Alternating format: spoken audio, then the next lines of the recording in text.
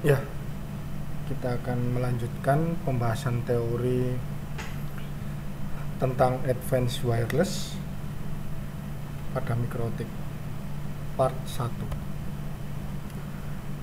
Fitur wireless mikrotik terbagi menjadi standar AP, access point, station connection, wireless bridge menggunakan pseudo bridge, wireless bridge, dan repeater dengan WDS. Protokol spesifik mikrotik ada N-stream, NV2, dual N-stream. MIMO konfigurasi spesifik untuk 802.11n wireless bridge menggunakan tunnel. MIMO standar 802.11. Berikut ini adalah gambaran dari MIMO yang terdapat modulator, dan MIMO receiver. Figur 1, MIMO transmission and reception in a dispersed environment. Dalam MIMO system, informasi yang berbeda mentransmisikan simulasi pada setiap transmit antena. Seperti pada gambar ini adalah environment dari MIMO system. Kelebihan teknologi 802.11n yaitu meningkatkan data rate sampai 300 Mbps, dapat menggunakan lebar pita 20 MHz atau 2 x 20 MHz, dapat bekerja pada frekuensi 2,4 GHz dan 5 GHz, menggunakan antena lebih dari satu atau multiple antena untuk menerima RX dan mentransmit TX.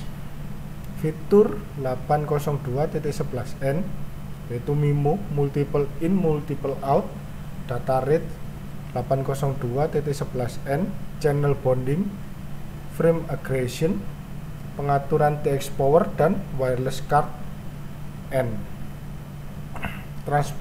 Transparent bridging untuk MIMO link, MPLS atau VPLS tunnel. Nah, berikut adalah data rate 802.11n.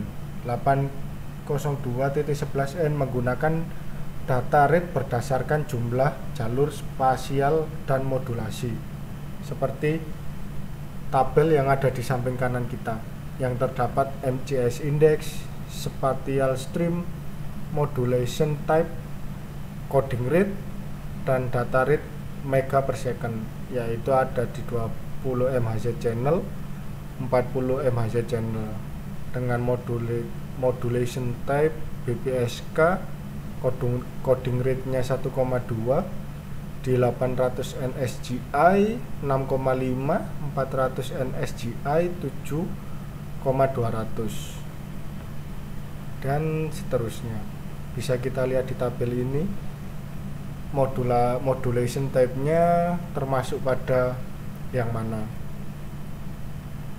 Kalau untuk spatial stream hanya ada 1 dan 2. Data rate 802.11n pada interface WLAN HT-MCS. Data rate yang digunakan untuk mentransfer data HT supported MCS dan HT basic MCS. Data rate yang digunakan untuk komunikasi minimum, inisialisasi komunikasi, dan untuk sinkronisasi. Channel bonding 2 x 20 MHz menambahkan 20 MHz ke channel yang digunakan sekarang. Channel akan diletakkan di bawah atau di atas channel existing. Dapat kompatibel dengan teknologi lama 20 MHz tanpa menggunakan channel tambahan, menggunakan channel existing. Karena menggunakan dua channel, data rate atau throughput yang dihasilkan menjadi lebih besar. Nah, ini untuk 802.11n HT config-nya. Pertama kita masuk interface WLAN 2, lalu ada tab HT, kita klik. Nah, untuk yang di atas, antena yang digunakan bisa dilihat pada piktil antena. Untuk HT quart interval, apakah mengizinkan penggunaan short quart interval. Untuk interface settingnya, kita masuk ke wireless, pilih band yang N, 5 GHz only N, dan channel width-nya pilih lebar pita channel width yang menggunakan HT untuk menggunakan fitur channel bonding. Nah, ini untuk lab-nya bisa kita reset konfigurasi. Sepanjang lab ini kita akan memutuskan koneksi internet via WLAN 1 lepas koneksi antar internet. Ini untuk kita ngetes apakah bonding atau settingan 802.11n kita berjalan dengan baik atau normal maupun lancar. Nah, kita lanjutkan. Nah, ini untuk konfigurasinya. Nah, kita lewati yang lab tadi karena kita di sini fokus untuk pembahasan teori dasar atau basic teori. Selanjutnya kita masuk pada tunnel bridge. Bridge juga dapat dilakukan dengan membuat tunnel. Tunnel yang dapat digunakan untuk membridge wireless adalah EOIP dan VPLS. EOIP adalah metode tunneling proprietary, hanya bisa connect dengan perangkat mikrotik. EOIP memanfaatkan protokol 47 atau GRI. EOIP adalah varian dari interface yang serupa dengan Ethernet, sehingga EOIP dapat di-bridge. EOIP berjalan pada semua jaringan yang terhubung secara layer 3.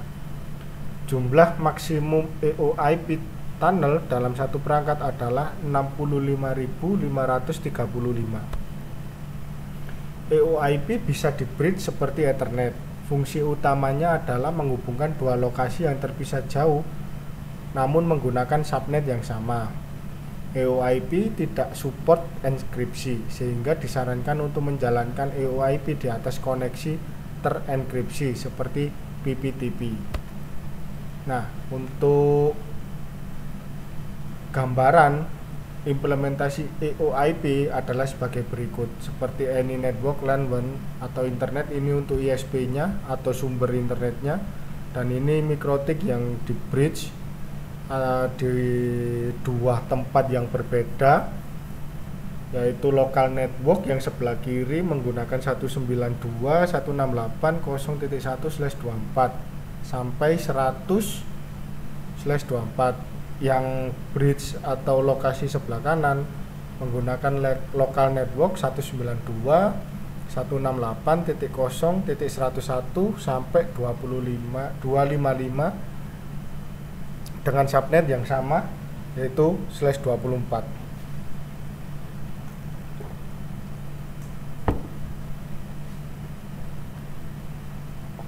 EOIP setup.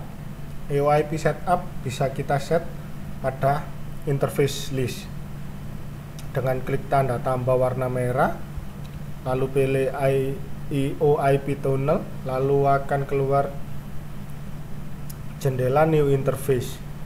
Yang IP di sisi seberang ini diisikan di remote address, lalu kedua sisi harus memiliki tunnel ID yang sama, yaitu 15.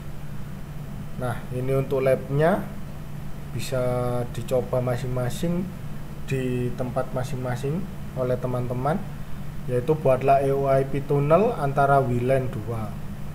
Nah, ini untuk labnya dengan local address dan remote address, tunnel ID pada sisi sebelah kiri 197.1 dan sebelah kanan 197.2.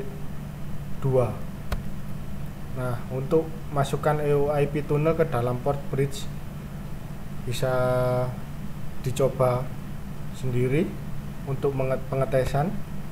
Nah, setelah selesai untuk setting EOIP tadi, coba saling ping antar laptop pada dua tempat yang berbeda.